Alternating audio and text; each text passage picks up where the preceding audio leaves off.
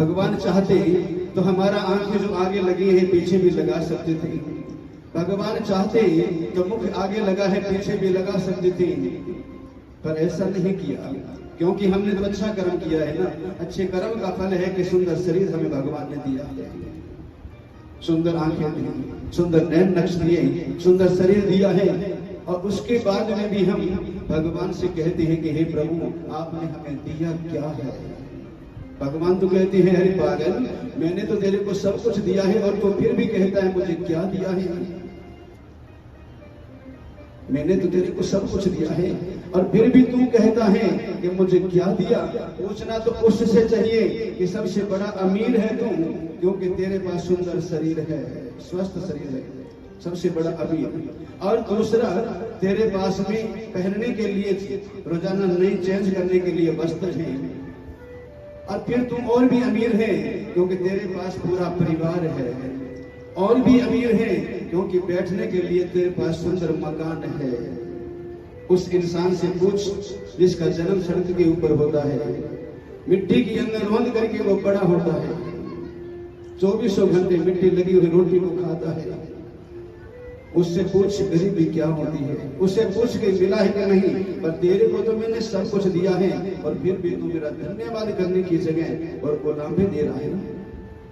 सो पत्र दुख पावये सिर धुनि धुनि पछताए, काल ही कर्म ही ईश्वरी और मिथ्या दोष लगाए। आज हर इंसान जवानी के अंदर तो कहता है मैं करता है, और वृद्ध अवस्था आ जाती है ना, जब काल रूपी भेड़िया सामने खड़ा होता है, उस समय कहता है कि हे गोविंद मुझे थोड़ी सी आयु और दे देता तो मैं तेरा हरि कीर्तन हरि भजन कर लेता, तेरा हरि भजन कर लेता। पर हम धन्यवाद कर नहीं सकते। 100 साल की आयु अगर हमें मिल जाए, 100 साल की उम्र मिलने के बाद में भी, और उसमें से जो है ना 50 साल तो हमारी निंद्रा में गवा देती है, 50 साल सोने के अंदर नींद के अंदर गवा देती है, बाकी बचे 50 साल। 50 साल के अंदर विवाह शादी होना, पढ़ना लिखना, जवानी आदि में गवा दी, 50 में से कुछ। और उसके बाद में कुछ समय जो बच्चा है हमारा, जो कुत्ते वाला समय है ना, जब वो बच जाता है ना, तो एक रोटी के गिलास के अंदर और उस घर में रहने की हम चेष्टा करते हैं, जहां पर हमारा कोई मान सम्मान नहीं, कोई इज्जत नहीं हमारी, और सबके मुंह से एक निकलता है कि ये बूढ़ा मर जाए तो अच्छा है। उस घर में और हम रहने की चेष्टा करते हैं कि अभी तो उम्र और मिल जाती, तो कुछ दिन और पोते का विवाह देख लेते, बेटे का विवाह देखे, बड़ पोते का देख लेते। इसलिए बाबा कहती है कि पोता बड़ पोता आदि तो है ना, ये तो हमारे प्यास है। और जो मूल है ना, जैसे हमने बच्चे को जन्म दिया है, उस बच्चे को अच्छा संस्कार दीजिए, उसे अच्छा पढ़ा लिखा करके विवाह शादी करिए, और उसके बाद में बाबा कहती है कि हरि भजन में लग जाइए। उसके बाद में हरि भजन में आप लगिए। अब हरि भजन में ये नहीं कि आप परिवार को छोड़ करके और कहीं संन्यास लेकर चले जाओ। संन्यास लेना बड़ा कठिन है। एकांत में बैठिए, घर परिवार में है, पूरा परिवार है, एकांत में हरि भजन घर के अंदर बैठकर भी कर सकते हैं, अमृत वेले उठ करके भी कर सकती हैं, दिन में रात्रि में जब समय मिले कर सकती हैं। पर जब तक अपने भजन से निवृत्त नहीं होते, कर्म से निवृत्त नहीं होते, बाल बच्चों को संस्कार देने के बाद में विवाह शादी नहीं करते, उन्हें पैरों पर खड़ा नहीं करते, तब तक जिम्मेवारी हमारे ऊपर है, तो हम एकांत में बैठ भी नहीं सकते। इसलिए बाबा कहते हैं कि जिस संसार के अंदर तृष्णा लगी है ना, उस तृष्णा से आप बाहर निकलिए। जैसे घी अग्नि जलती है और उसमें हम घी डालते हैं ना, तो अग्नि और भड़कती है। वैसे ही इस जीवन के अंदर भी और इस शरीर के अंदर जैसे हम प्रेम वाला घी डालते जाएंगे ना, अग्नि भड़कते जाएंगे। जितनी हम संबंध बनाते जाएंगे उतना हम इस जंजाल में फंसते जाएंगे। तो ही तो बाबा ने कहा है, यो जग झूठो रे संसार बंदा तेरी नींदन लेने वाला। ये सारो संसार जो है ना, ये सब झूठा बताया है। और सत्य कौन सा है? जो हमें दिखाई नहीं देता। जो संसार दिख रहा है वो असत्य है, और जो नहीं दिख रहा वो सत्य है।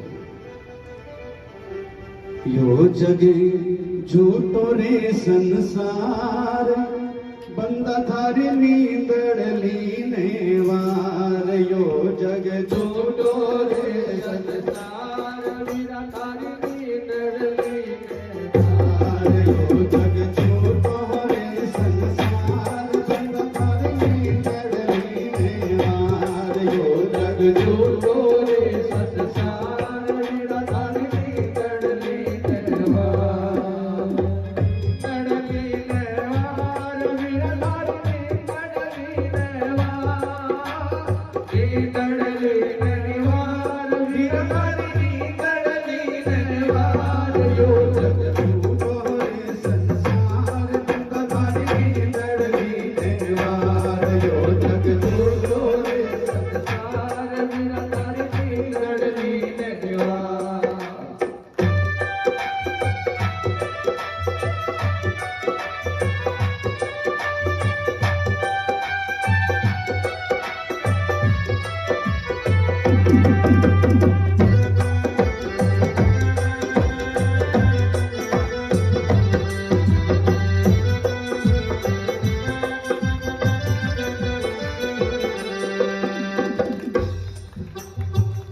जवानी के अंदर जवानी होना, उस जवानी के अंदर जो घटके हमने किए हैं, मौज मस्ती करी है ना, वो वृद्ध अवस्था में जाकर के याद आती है।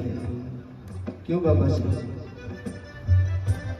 जवानी में जो खेल कूद करी है ना, वो वृद्ध अवस्था के अंदर, और वृद्ध अवस्था में अगर कुछ मांगे तो कोई देता नहीं है। वृद्ध अवस्था में 70-80 साल की उम्र हो जावे ना, तो उसका मन बच्चे जैसा हो जाता है।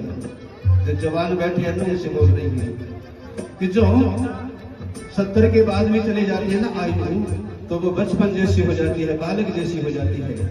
बालक की तरह कहना, जैसे बालक कुल्फी मांगता है ना, तो उस समय वृद्ध अवस्था में कुल्फी खाने को मन करता है। अब कोई न देवी तो क्या करते हैं कि अपना जो प्याज है, पोता है, उस पौधे को हम ले जाते हैं पार्क में घुमाने के लिए। और पार्क में ले जा करके जब घुमा रहे हैं, तो बेटा जो है ना पोता, वो तो उससे कुछ मांग भी नहीं रहा, और फिर भी हम पोते से कहते हैं अरे कुल्फी खाएगा क्या? अब वो मना कर रहा है, पर फिर भी जबरदस्ती उसे दिलवाते हैं, क्योंकि उसका तो एक बहाना है, खाने तो हमको है। क्योंकि मन करता है कुल्फी खाने को, तो हम प्याज को साथ में ले करके चलते हैं। बाबा कहते हैं कि जवानी है ना, तो उसमें अहंकार मत करिए। सूर्य उदय के समय फूल खिलते हैं, और सूर्य अस्त होते तब जब कोमला जाते हैं। तो यह भी एक जीवन है ना, यह भी सूर्य उदय की तरह है। सूर्य उदय होता है, अस्त होता है, यह भी हमारा जीवन है ना। एक दिन यूं ही जवानी ढल जाएगी।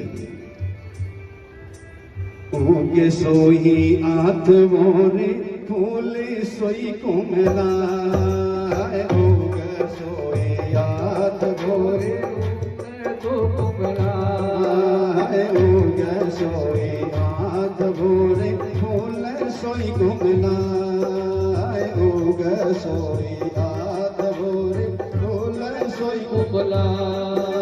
चिड़िया देवल गिरे पड़े रे, जन में सोई मर जाए। बंदर नींदड़ नीनवार, बंदर नींदड़ नीनवार। यो जग झूठो रे संसार, बंदर नींदड़ नीनवार। यो जग झूठो रे संसार, बंदर नींदड़ नीनवार।